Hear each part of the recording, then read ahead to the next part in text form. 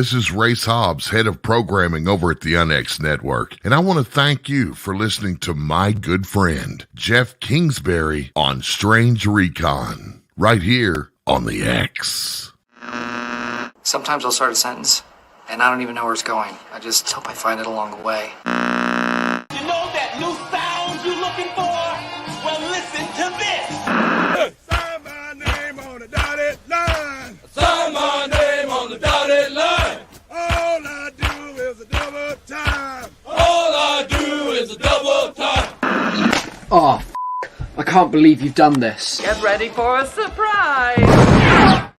What's going on, Recon? I hope you're well. Everyone out there on the NX Network, it's yours truly here, Jeff Whitebear Kingsbury. Welcome back to another episode of Strange Recon right here on the NX Network. If you haven't yet, friends, do me a massive favor. Share this show right now with a hashtag NX Network or paranormal, UFO, all that jazz. Get it out there. Do your part of the job. We'll keep putting it out there for free. You keep sharing and all that good stuff so people can like and review the network, the show, and keep the algorithm flowing.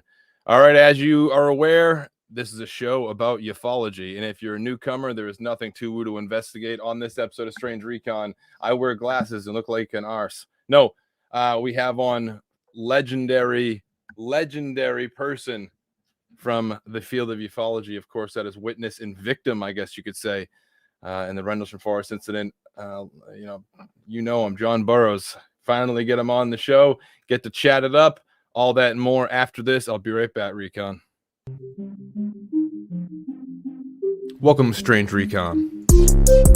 I'm here to discuss the so-called flying saucers. You're out of your f***ing mind. It is nothing more than a weather observation balloon. Of course, which we both knew differently. No, I saw that. I don't give a goddamn what anybody else says about it. I saw that on film. Phil clasped and kissed my ass. He wasn't there. I was. When you know all the names in every language of that bird, you know nothing, but absolutely nothing about the bird. You're crazy. You're crazy. I like you. But you're crazy.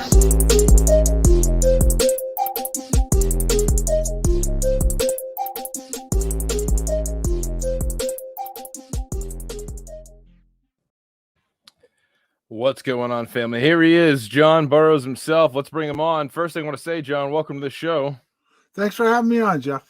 Thank you so much for coming on. I'm so sorry it took so long. Everyone, before we begin, I want you to check out the link that I've shared everywhere out there. You'll see a thing to John's book. You'll find it on Amazon, or we're pretty much on Kindle, I believe. There's all types. You find it everywhere, right? It's a pretty fascinating take, and if you're a fan of Strange Recon, if you listen to what we do over on our show, you can tell where we've, why this book means a little bit, to us. And it's clear that we fall along the same path of research, except the only difference is here John lived it. So John, again, thank you for coming on the show, and I'd love to jump right in there to some of the stuff that we'll find in the book. You make an awesome, compelling case. And so does Mr. Warrow there for a crossroads of our own technology, our own capabilities, and during the Cold War, and of course, well, something that could be something from far and away in different place than say Siberia or the Soviet Union, as I posted earlier. Can you catch us up to what your life's been like in all these years since we haven't talked to you, heard from you? Where are you at now? Well, I spent 27 years in the Air Force before I retired. I retired in Arizona. Eventually, I ended up moving back to where I was born and raised in Illinois. And the interesting thing was, and I think we'll get into this tonight a little bit, the event itself was, life-changing for different reasons, including my health. But a lot of the stuff that took place afterwards is probably more interesting and compelling than us going out there or me going out there on two different nights. So overall, I've had a long road, ups and downs with the government, health issues from this, and the secrecy that's still behind this 42 years later. It's a good place to start right there, then the health issues. Why don't we just start off right there? When you joined the military, your heart showed no evidence of any type of injury, right, or problems, correct? Right. That's one of the few things I have that when I first came in was the entry level physical. And they actually, when Senator Kyle's office tried to get some of my records, they basically cleaned all my records up from 79 to 82, other than a couple pay documents and my entry level physical. So all the other stuff was missing on my career in the Air Force from 79 to 82. But the entry level physical showed that I had no heart issues, no health issues whatsoever. And then upon, of course, exiting the military, that's a different story in general, right? Well, in 2000, or I'm sorry, not 2000, in 1988, I separated from active duty, and my exit physical showed the heart damage. But shortly after the event in 1980, I started getting sick, and they found the heart issues, and I ended up being evaluated at Wright-Patterson for them. So. And for all those who are not aware, I don't know what type of rock you've been living under. Of course, he's talking about the Rendlesham Forest incident as it goes by, December 20th, 1980. Is that correct? What day was it again? I just draw a blank there. It started at 0300 on December 26, 1980. There we go. And of course, John, your story is that you're basically exposed to something and you're not aware of where you woke up in essentially a different place, or found yourself in a different place, and kind of unaware of what took place after. Well, I can give you a quick recap for you. If you could, please. Yeah, I just didn't want to make you go through there it again. was no, that's fine. The incident that is caught the most attention happened over a 3-night period. It started at about 0300 on 26 December. Now, through investigation, we found out that the swing shift flight may have seen some interesting stuff, but we can never narrow in on everything that they had happened. But they had something happen on before we came on, but we weren't aware of it. When we came on duty, we came on at 2300, and about 0250, 245, my supervisor he was new to the base, wanted to, it was a dead night at Woodbridge, so he wanted to ride around together for a while, kind of introduce himself more to me, talk about some stuff. So I parked my vehicle, we went on patrol together, and we were driving around talking. We also were doing some checks. We checked down by the East Gate, and he saw some strange stuff coming out of the sky into the forest. He got my attention. He asked me, I've been there almost a year and a half, or just over a year and a half.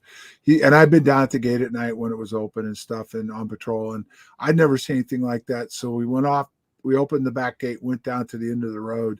When we got down to the end of the road, I got out of the vehicle. Things seemed strange, static electricity, everything just seemed out of whack. And we were off base, and they didn't know we were off base. So we went back up and called it in on the hard line at the gate. The desk took the call, LE desk. The guy thought I was playing a joke on him. Even when Steffens tried to talk to him about it, he still thought we were messing with him. So he transferred it to CSC. They took it more serious, sent the security supervisor down. He saw the same thing. From that point, there was stuff going on that I wasn't privy to as far as on the phone. And eventually a decision was made because they had contacted local radar, our radar, and Eastern Radar, and a couple other facilities. There had been something visual on radar in the area that disappeared. So based on what we were seeing in the forest and what radar told them, the shift commander, and he's never clarified if he up-channeled it through the command post and any of the higher ups to get permission to go off base, but he authorized us to go off base into the forest to see what was going on. We went out into the forest. It kind of played cat and mouse with us for a while until we got to a berm. As we came up on top of it, whatever it was there. The three of us hit the ground. There was Airman Kabansak. Believe it or not, that was his first night. He actually thought we were playing a practical joke on him at one point. And there was myself and then Sergeant Peniston. And our stories differ from what happened from when we got close to it. But there'll be people still trying to say we saw the lighthouse. Well, the lighthouse did come into play later, and there's even an explanation why it could have even played a bigger part in this. But we weren't anywhere near where we could see the lighthouse where we were in the forest before we even got into the farmer's field. So we saw there was something there. Ed only talked once. He did an interview with James Fox. he said he remembers seeing this and then blacking out. I remember getting close to it, and then it kind of just went up and took off. Penniston has a completely different story about walking around it and doing some different things. At that point, I'm sorry, did you want to ask a question? Yeah, I was actually just going to ask, can I ask you, mind if I ask a supporter of the show won't ask a question, that is, did you actually see a physical craft, or was it more like a light in the moment? It was different. It was different colored lights. Different colored lights. It was never, it's interesting that my hypnosis, I actually say craft. Okay. I actually at one point kind of describe it as looking like a craft. Questions about that too. There was no real, I didn't see what you would define as a craft. I mean, there was possibly the way the lights looked at some point, they had a little bit of, you know what I mean, like a shape or something. But no, I never did see a craft myself on either night I was out there. So, and we'll get into the hypnosis later on. But what the colors again, real quick, the colors you saw? There was a white light in the forest that made it pretty bright. And then, like I said earlier on, when I first interviewed for this, it looked like a Christmas light display, different red, blue, green, and like an orangish hue. And even at some points, the white light had that within it. You know what I mean? It was partly embedded in the white light itself. So there was like an orangish, reddish hue to the white light on the first night. So it went up, and what I remember was it went up into the trees and shot back towards the farmer's field out towards the coast. We then got up off the ground. And again, this is what Ed remembers also, because I've talked to him over the years. And his statement says the same thing. And we went forward, crossed the fence into the farmer's field, headed down towards, there were cottages that were down there on the road. There was a road down there. And at one point, as we were heading down through the field, we saw it looked like a blue light or something down by the cottages. And then we crossed the road into the next field. And that's where we could see like a beacon. Like we couldn't identify what it was. And that's what Ed and I both said in our statements, that we saw a beacon. So we started heading out in the direction of the beacon. And at the same time, then we saw a streak of blue light go across the sky. And that was pretty much the first night, other than it was strange that we seemed to get out farther than I went back over years later and we walked it, and it just, the time doesn't add up from where we were at the gate, going out there and getting back like we did. So we seemed to get a lot farther, but I clearly remembered that part where we went far enough that we crossed a creek or like a thing, and we found that creek, and we were wet. And then we got out to this area, and it was like looking down at the coast and the lighthouse. And that's when we could see it was the lighthouse. So at that point we came back, but the time frame from the time the event started till we got back to the base, we even tried to do it when we were back over there, and it just wasn't really physically possible. Now, granted, we were amped up and we were running a lot, but it just doesn't seem possible that we were able to get out and back, the way, what I remember. So certainly a feature. I mean, we can't deny that many people probably never heard of your story. I've said similar things to experiencing, strange. Right. And then when we did get back, our watches were 45 minutes slow. 45 minutes slow? Yeah, they were 45 minutes slow. Yeah. The two, Penniston and mine, I don't remember if we said anything with Ed, but when we got back, we asked what time it was. And to them, we were looking at our watches, and their watches were 45 minutes faster than ours.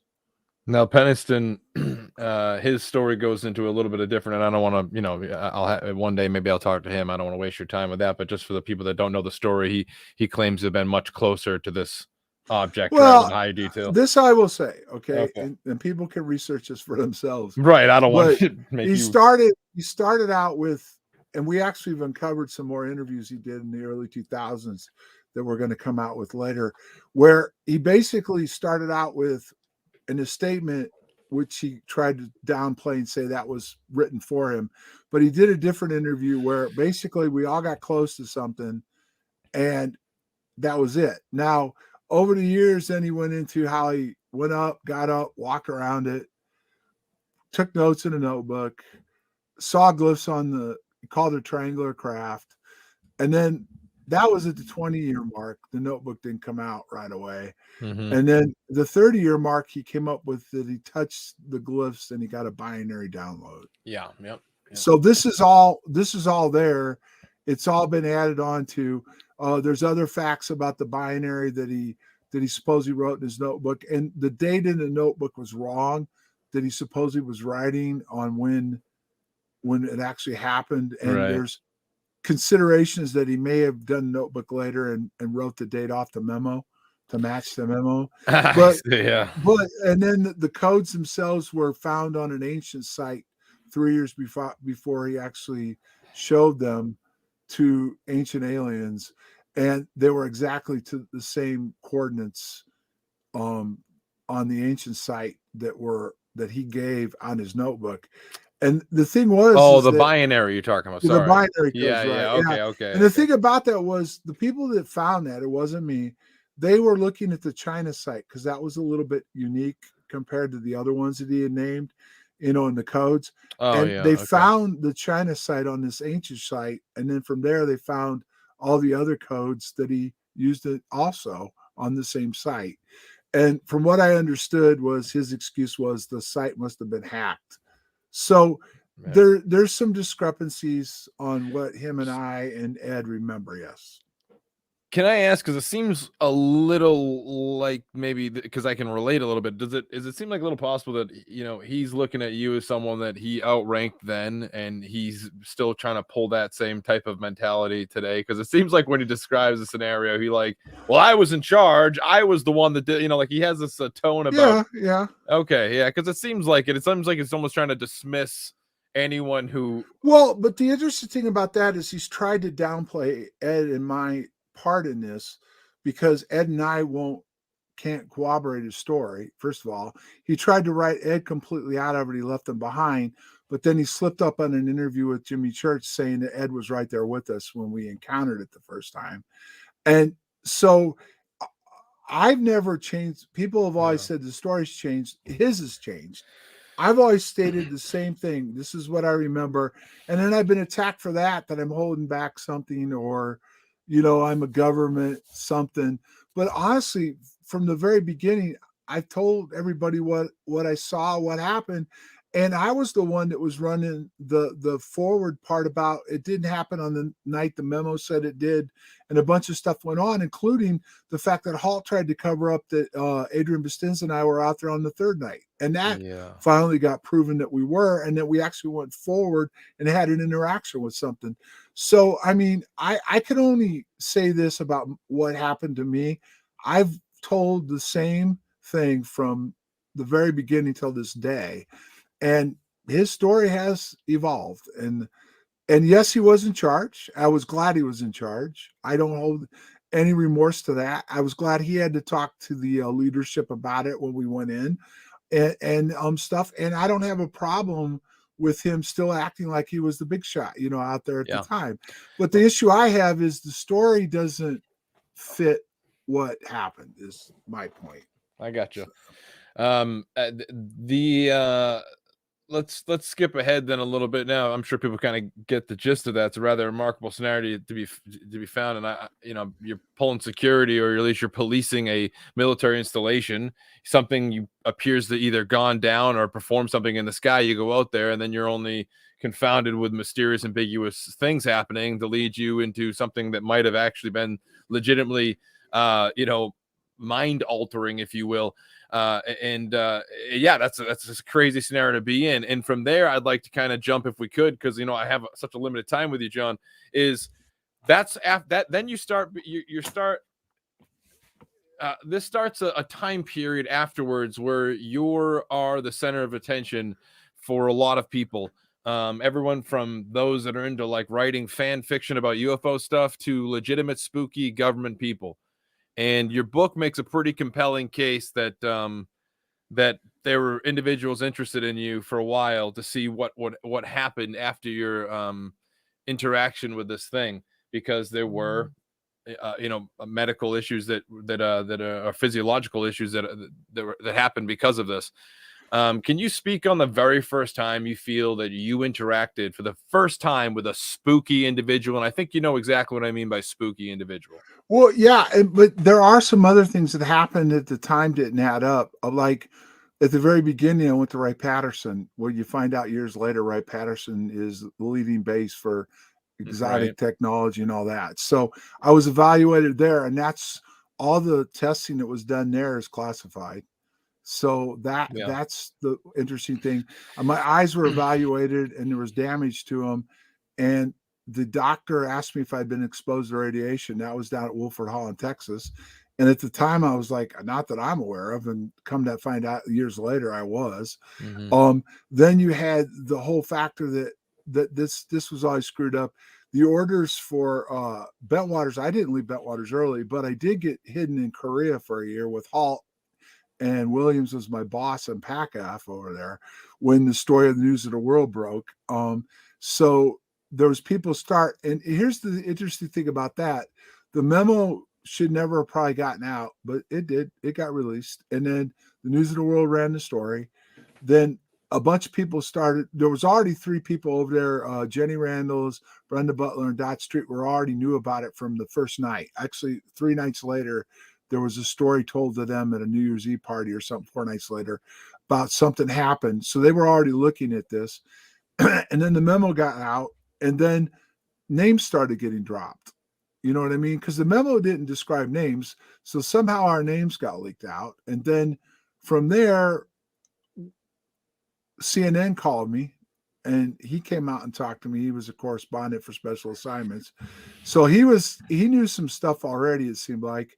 So that went on. So I got out of the Air Force. Then there was a approachment for UFO Cover Up Live. I don't know if you're ever aware of that show, but that happened in the late 80s, where they were going to expose UFOs then, and it ended up being a bust. So I met some people through that. So there was all kinds of interactions going from way back all the way up until when I went and got sick in 2011. And that's when my doctor, the civilian doctor, wanted to go back to the beginning when I first started having issues, because the symptoms I were having didn't match what he felt was wrong. And that's when it started with, well, we can't get your files. We can't get your personnel records. We can't get your medical records. The staffer quickly identified my records were classified, had me file for disability. And then from that point on, it got even more interesting when they actually denied my initial claim, because they claimed I wasn't in the Air Force from 79 to 82. And then when we went to UFO, the Steve Bassett conference, where they actually had the people there from Congress, retired people or whatever, and we did a presentation there. And shortly after that, that's when a guy by the name of Christopher Green contacted my lawyer and wanted to meet with him and me. And that's when I met Christopher Green, Hal Putoff. And what year was that again? I'm sorry. That would have all started in 2000 and would have been 2013. Yeah. Is that around the Sedona area or somewhere down the Southwest, or where? I was still living in Arizona in Sedona. Yes. Okay, so you have an incident that happens in 1980, and in 2013ish, this guy Christopher Green, who has been alleged the weird desk guy of the CIA and other things. He's got degrees and papers, and he's a research scientist, doctor up the yin yang. He's still active today, but he's been obviously connected to multiple things. But can you tell me your first impressions of Kit Green? Your first impressions, not what he was I guess what he was telling you, but based off of that, what did you think when you met the guy? Well, Pat met him first. He flew to Jackson like within a couple of days after he reached out to him. Pat was kind of like, what is going on? You know what I mean? So when he finally got out to Arizona that summer, like it was July, he's an interesting guy. You can never get a straight story from him. And whenever you think that you understand something, if you follow up with the question, he'll tell you, no, that's not what I meant. But he definitely was government, as far as we confirmed it, but he definitely was a spook, and he still was a spook at the time.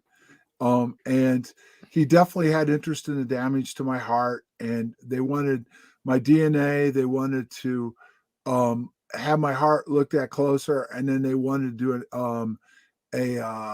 not MRI of my brain, because they were working on a government project at the time to study people that had interactions with the phenomenon. So that was going down. I told with them the no. Phenomenon. Yeah. So but also could be other things as well, right? When we say the phenomenon, it could be. Well, no, he made it very clear that they were studying over 100 people, or they had at least 100 people that had interactions like I did with, they called it a phenomenon, right? And that they were looking at what happened to them physically. They wanted to know more about it and stuff. So I turned him down, and then he tried to pull a fast one, and Pat was still there, and he flew in. They flew in Gary Nolan from San Francisco to Vegas, and him and Colin Cowler drove down the next day, and they still tried to get my blood. They wanted my blood for DNA sample. And he was upset with you, or not upset, but he didn't like it when I turned them down too.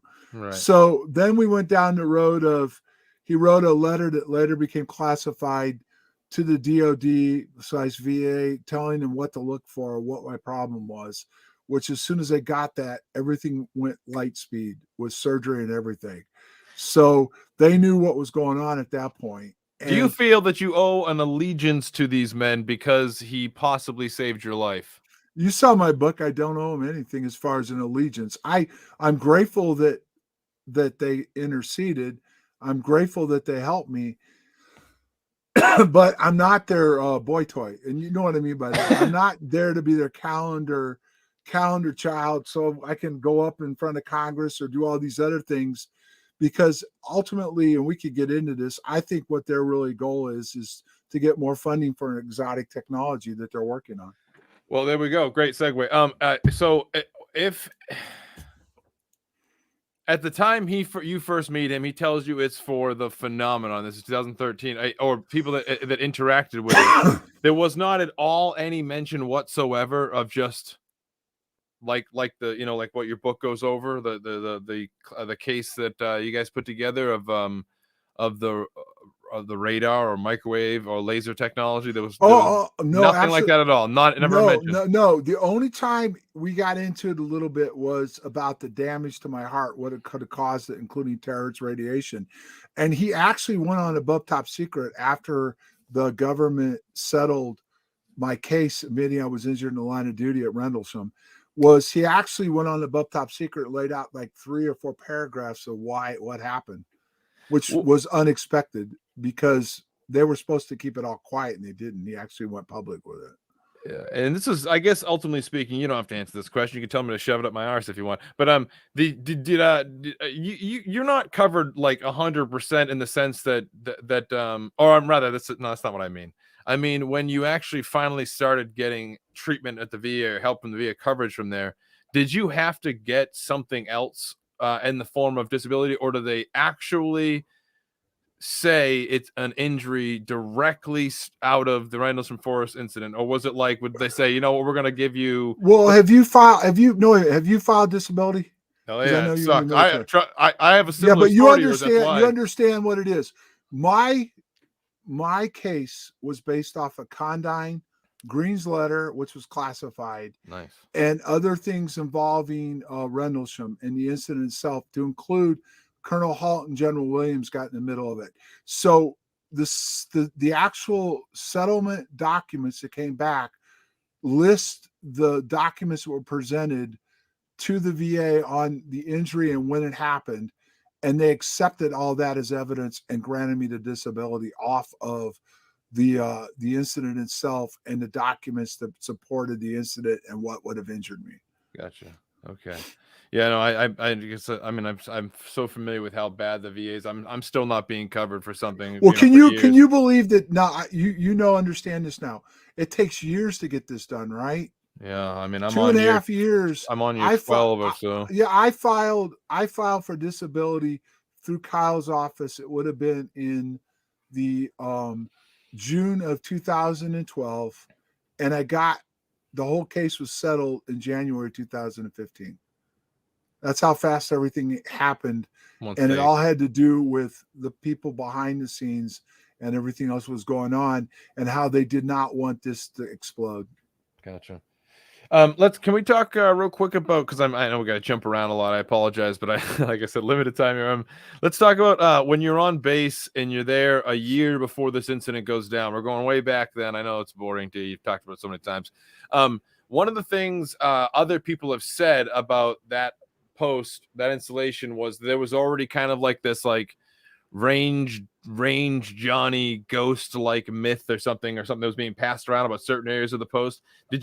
Was there ever a time you guys ever joked around about that at all? Just wondering, the sense that, not like it has anything to do with the actual event, but I'm trying to confirm whether or not you have ever heard of paranormal stories like Range Johnny or something. Or it's actually, it was called East End Charlie. There we go. Okay, it was supposed to be a German. See, the Woodbridge, and I know Woodbridge was, I'm not sure about Bentwaters, but that was the interesting thing about Woodbridge Base was they actually, in the forest, they had tunnels and stuff that they would burn fuel so the planes could come in from their missions and crash. If they had to come in at night, they could fall in on the burning fuel, land on the runway at night and stuff, and if they were damaged too. And the story was that a German airplane actually crash landed and the pilot died during the attempted landing, and they called it East End Charlie. And there's all kinds of stories about that going on, and people saw him. And I will tell you three things about the base that are interesting. It was spooky at night anywhere when you were out in the dark. And I mean, people say, well, the dark is spooky. No, this was a different feeling. There was a different feeling, and it was definitely weird down at that gate, even when you were down there. And there was a high rate of suicide and a lot of other things that went on there that just weren't. They actually did an investigation. They came in and wanted to know why these issues were taking place, because none of the other bases were like that. And it wasn't anything to do with the command. It was just that base had a weird persona. I mean, I've heard many people say things just like that. Now, ladies and gentlemen, I'm talking to John Burroughs here. Weaponization of an unidentified aerial phenomenon. One of the parts about that I really like is I'm in it right now, the Hockomock Swamp area, covered in quartz and red and brown other stuff, stones that are highly linked to some of these claims. Do you think that ultimately, not? I mean, that's we can get so broad and go super speculative all we want, but do you think that what you're discussing right now about the strange stuff going on, even like the suicides, would have something to do with like the Condine report, like, highly interesting plasma quartz-like electromagnetic activity in the air in the surrounding area? You think that's what it has to do with, or is it something else? if you read the book, in there we described the facilities that were there, the research they were working on, including Marconi was involved, and they were actually working on SDI back then at that time. And people say SDI didn't come into play until after Reagan became president. No, that started in the Carter era. And Reagan just made a big deal about it and pushed it forward. So they were working on SDI stuff down right outside the back gate. Not only that, but we found out through another guy that wrote a book on this. He was down there working through the university, and he gets upset, but the university got funding from somewhere, and they were working on a phenomenon that was known in the area at the time. And he wrote a book about it, and then he pulled it real quick after he came out with it, because it probably went into too much detail of what was going on in the area and the military involvement. Do you recall the name, or his name was Andrew Pike? Pike. Okay. Yeah, and he wrote a book. He pulled it, then he tried to publish it again a few years later through. I just had a senior moment. There was a guy over in England, Philip Mantle, he publishes books, and he actually cleaned up the book and put some new stuff in it and published it and pulled it almost immediately again. Philip Mantle? No, the Pike had it pulled again through Mantle. Oh. That was like, so there's stuff in there that back then was going on at the area. So they were aware of a phenomenon there. And not only that, but people, this is where it gets mixed up too. Cobra Mist was there. They put it there.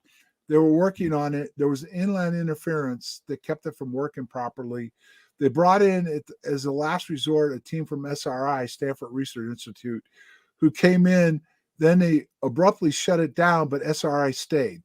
And they were working out of Martlesham Heath, which was a joint British-American facility. And they worked on technology on the British side for sure, which included Marconi. And there was all kinds of stuff going on with that. So, yes, there was an anomaly or a phenomenon there that they were aware of that probably played into it. Never mind the fact that what I said, the lighthouse earlier, most people don't know the history very well, but that's where down there off of down there at the Nest, they called it, they were working on all kinds of exotic technology at that time frame, to including they started working on the death ray there, which led to the radar. Okay, which then led to the initial radar was developed. And what we found out, and it's in the book, was the original radar was a black tower, was connected through cables to the lighthouse, and they were actually taking and using that to beam inland and outland EM frequencies into the forest and out into the sea. So when the story about the lighthouse is there, that there very well could be an interaction with the frequencies coming from the lighthouse being emitted from the black tower that was right there, right there off the coast, Orford Nest. That whole area is spooky and awesome, and I'm pretty sure, like you brought up, I'm sorry, just the HARP stuff and the weather control stuff. It's clearly an interest of mine. I mean, a route I'm going to be researching in the near future, because I'm looking for ways to weaponize the Condyne, information study of that plasma tech, and to make that repeatable, because that's clearly a major route if anyone want to utilize the effects of it. And maybe that's exactly what we're talking about to some degree, of course, as you know, someone who's deeply related to that. Right. John, but can I again, limited time here. Can I get some of these questions from the chat real quick? I'm sorry, man. Sure. Let's go real quick. We see one thing. There's a conference in somewhere next year. Are you going to the Woodbridge conference next year? I'm not aware of a conference, so the answer would be no. Okay, this person asked that. I don't know why. Maybe that's something they're confused about. Woodbridge next year. There's an event there. Is he going to the meetup for the witnesses? That's what the question was. Sorry, I don't know. I mean, as far as I've never heard of anything on it, and I'm not a big fan of flying anymore, so it would have to be very intriguing for me to want to get on a plane and fly international again. So you got next question would be from Steve Long in the chat there. He says, what did he just say Halt and Williams got in the middle of concerning his case? Yeah, Halt wrote a letter to the VA about what was going on, what happened at Betwaters, and then Williams. It was interesting with General Williams. I met with him on 3 different occasions. The first time I met with him alone, he lived down in Tucson. He retired down there. So I went down there and met with him, and I wanted to run by some of the stuff that I've been working on and research and technology and stuff. And so we had lunch for a couple hours, and he told me to keep him in the loop. So that one was one. He did tell me at the end what was interesting. He was not well at that time. By that point, he'd had some other health issues and caught MRSA, and he had issues. But he told me at the end, it was really interesting. And if you research his background, when he left Betwaters, what happened to him going forward, he had quite the career in technology and stuff. But anyway, he told me he had the same heart issues as I did, which I kind of looked at him and I said, sir, well, I know you were flying. You were PACAF commander and you were flying. And he just said, further down the road, something happened that I was involved with. So I don't know, maybe he was exposed to some of this technology. Oh.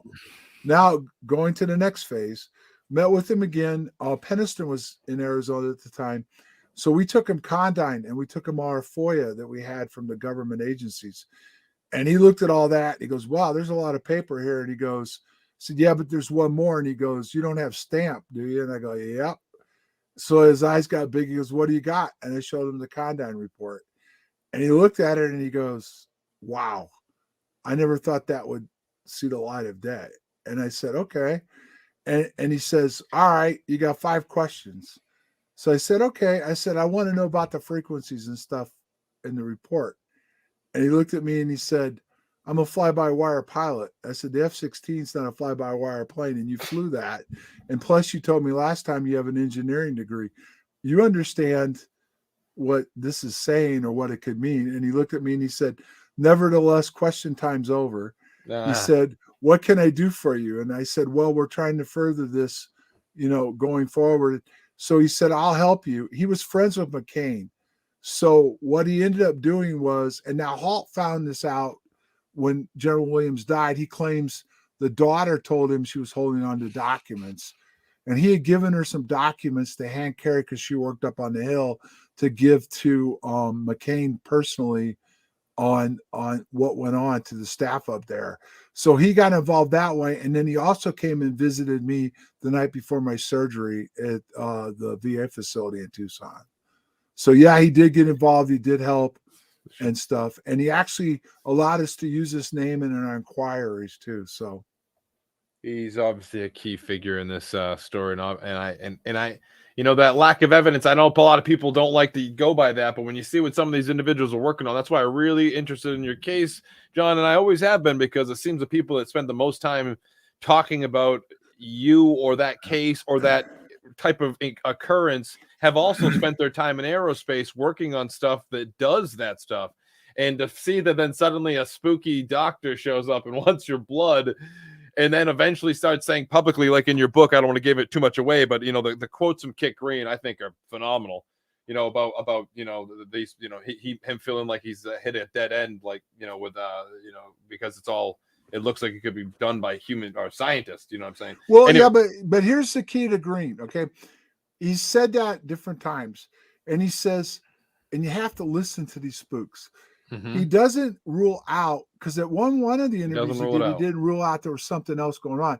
But what he says, everything he's seen can go back to our technology. Now, but the question has never been asked to him, and he won't talk to me about it, is, well, where did we get that in the first place? And the only thing he told me was, and most people probably know this name that's been in this for a while, John Alexander, worked at Los Alamos. The Penguin. Anyway, he worked on a lot of non-lethal, what they call non-lethal stuff, but involved EM stuff. But he said that Green said that he learned about what injured me through papers that came out of Los Alamos. So there's a lot of research that goes on down there in the New Mexico area, that they work on all this exotic technology and everything else. Yeah, it sounds like they sent Scully off to check someone that got affected by this secret technology. It's Scully being Kit Green, and no, actually, we've always said Kit Green's the smoker. That makes sense. Yeah, that's who Kit Green is. It's weird that your story, that the public, well, obviously there's been different times where the UFO topic has been brought back to light, but the fact that we're talking now before, like after X-Files, but you ever like look at X-Files and just like these jokers like writing half stories about me? You ever think that? There's a history behind all this stuff that most people probably aren't aware of, and I found this out through research James Worrell and I did. Like, for one time, we looked at some stuff and we found declassified NASA stuff, and they were talking about the future of space technology and everything else. And it was interesting because I could reach out to Put Off and Green and those guys. So I took some of the stuff from the document and I sent it to Hal. And you always knew when you were too close to something because he wouldn't answer you. He'd always sick somebody back on you, like Davis would respond. So this particular time, Eric Davis jumped in, and there was an audience of Jacques Vallée, Eric Davis, George Knapp. All these guys were on this, got added to this, right? So Davis jumps on and says, what kind of conspiracy site are you bringing this crap from? I says, well, Eric, since you asked, it came from a NASA think tank. And we were doing this exchange, and he comes back after about a minute of silence. He says, yeah, I know those people. But Eric Yeah. Davis can't lie. Remember, Well, no, Lou but he Elizondo just said that said, recently. So they don't want people to understand that a lot of these shows and stuff actually come from think tank stuff that where we're going in the future, 5, 10, 15, 20 years. Yeah, and this is a lot of that stuff. If you read these think tank reports, which we did, this stuff actually starts happening 5, 10, 15, 20 years later. It's pretty wild. That's why I'm not so sure I want to put too much weight into put off actually going to the future with his consciousness and getting the ideas, because I feel like I've read enough papers from NACA, NASA, DARPA, CIA, and others that are basically even guys like Eric Davis and put off themselves have been involved with what weapons will be most interesting and what but there's something that's interesting about this. Okay. And this is all can be researched. Okay, when we did our hearing for the citizens hearing with Bassett and Green showed up, this is all stuff you find out afterwards. But the whole thing went down. I got my settlement, and they put off Green and some of the people with To the Stars, including Mellon. I don't know if you remember this, but they went to McCain's committee, and they released all these DIA papers that had been classified, and they declassified them. Public got to see some of it. Some of it was still classified, but they were allowed to see some of this. But the interesting thing was that based off of what happened with me, McCain was read in, and they were trying to get the funding for some of the stuff that was in these papers and different things that are going on. And I did get a sit down, and I call it a brief from Hal when I got brought down to his facility, because he was the head of Stargate, which was an interesting project in itself. And it's very interesting what you can possibly do with, being able to do that remote viewing stuff and some of the things that they were able to do, including, do you remember, I'm sure you remember the movie Hunt for Red October, right? Mm-hmm. McGonagall actually discovered that submarine. I just am so torn by it. I know there's a lot of people that claim that a lot of that is concrete and stuff, and I just am so torn by it, because I get, I listen to the words of Put Off himself, like modern day, and how they've just flipped a switch on what he was claiming back in the day, and I don't know, him claiming that you could beat the stock market with his mind. He won $250,000. I mean, he just said that recently on a podcast, but yet he has to demand money from the government. No, that I got that brief back in 2014. 14. Yeah. They showed me how they did it and what they were doing. And they claim, all I'm saying is they claim that they donated to the charity. And let me tell you something. $250,000 doesn't run his facility for one day, dude. Okay? Well, that's the problem. I'm just telling you, it doesn't run his facility for one day. Yeah, but why 250? Is that the cap? Is that the limit? I would say this. You have to look at it from this standpoint, which again, I'm not saying everything's concrete, but if you discover something like a technology or the ability to do something, it's not concrete. So you have to test things and see how they work. Yeah. And they've never claimed 100% accuracy with the remote viewing. They've never done that. They just had discovered certain things and done certain things that, they wouldn't have known otherwise, because it was funded for so many years. So there's not 100% guarantee. And in fact, that's one of the big fights that goes on every year with the defense budget. There are people up there that want to stay with the technology that works. And then there are people like Put Off a company that want to spend a lot of money on new technology that's not guaranteed to work. Yeah, I'm just, we're running out of time, unfortunately. Can I get you on my channel too, so we keep talking about this? I have more questions from the supporters of the show and stuff. I want to bounce this off you, because I feel like, I'm sure you've heard this before, and I just do want to bring it up again, because it seems relevant. That these guys like Put Off and stuff, and Davis and others that work, in and around projects, of course, for the Defense Department in Silicon Valley, for both the private sector and whatnot. They specialize in a technology that would have been right up the alley to what have fried you. And yet they're the ones most loud and vocal whilst holding clearances on defense contracts that it's in fact not them or not our own technology, but something from elsewhere, from the unknown, that we should put money into and study. Do you still like stand back just for a moment and be like, I got to be careful that these tricks, these jokers don't get me with something? Or like you still to this day, though, and I'm sure at one point you were like, I really got to keep on guard. But to this day, do you feel that way?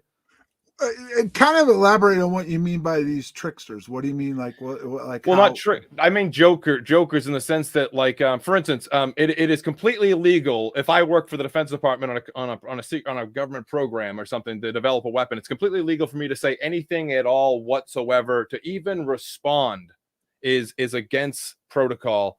And that you come into a problem with clearances. So when you see that they've spent now like 15, 20 years talking about it all the time, interviews here, interviews there, stories, interviews, media, books, journalism, they're just all about the fact that it's not human technology. It's something very different, yet they work every day. They have to produce something. Now, here's the thing, okay? First of all, that's one of the problems I got with Lou Elizondo, okay? Which, I mean, he came out as a whistleblower. I mean, I don't know if he likes the word, but he left the DOD and he started running his mouth, right? So that's semi a whistleblower, right? But now he's back working for the DOD, working as a contractor to Space Command, which I knew about, but Danny Sheehan confirmed it on the radio. So it's not a secret anymore. But he's working with the government agency that he's kind of going after. Never mind that I was asked to do a possible documentary or a series. And my first question to the producer was, when's Lou going to testify in front of Congress? And the guy said he's not. And I said, what do you mean he's not going to testify? He goes, the project manager will never allow him to talk about what he knows. I said, so what you're telling me is that everything he's involved with is still locked down, and he can't really go into any detail, even behind closed doors? And he said that would be it. And I says, now, the interesting thing is you can go behind closed doors in a classified hearing with release from a project manager and talk, but that doesn't mean it's going to make the light of day. So to me, this is a big game they're playing. And ultimately, I firmly believe that their ultimate goal, and it's not, I don't call it the sham the taxpayer, because I do believe that Puthoff believes what he's working on may work. And when I say may work, I can't say 100% it will, and I don't think he can. But I think he feels the research he's done and the work he's developed has a shot at working, so that deserves some R&D money to go forward, which he is working on a project right now. But the bottom line is their goal is not. The thing that upset me the most was the fact that they told the public that ultimately this would lead to disclosure. Well, and that's not true. That's the thing. That's the thing that bothers me. And if you look at the latest defense thing that just came out, Hastings wrote about it. It's clear that the way the bill's written is all the stuff that's important is going to stay classified. Congress may get a better idea. Yeah. Do you know what I mean? I know, absolutely. That's why. But I wonder because of what your interactions with Elizondo is over the last few years versus his interactions with the DOD versus his interactions with the public, and we see this is what he has to say behind closed doors to the DOD.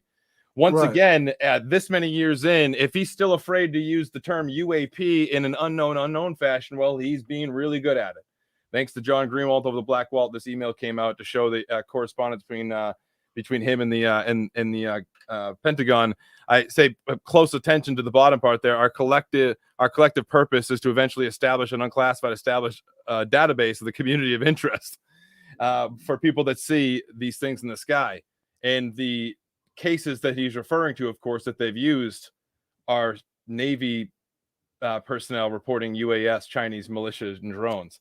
So this is why I get worried, because I do agree with you when they talk about disclosure and all the shit, and then you find out this is what he's referring to. He's referring to, of course, drones. Well, you do understand that they've been covertly creating a database for several years. A guy by the name of Isaac Coy, which this will probably get me in trouble because this is the only time Green ever got on me, kind of threatening me, was he's running around getting all this information from all these cases and all these people that have done research over the years. He uses Isaac Coy because he's supposedly a barrister in the UK, and he can't make his real name public because of the fact that, it would ruin his career. but Green told me he was a government involved with the British government.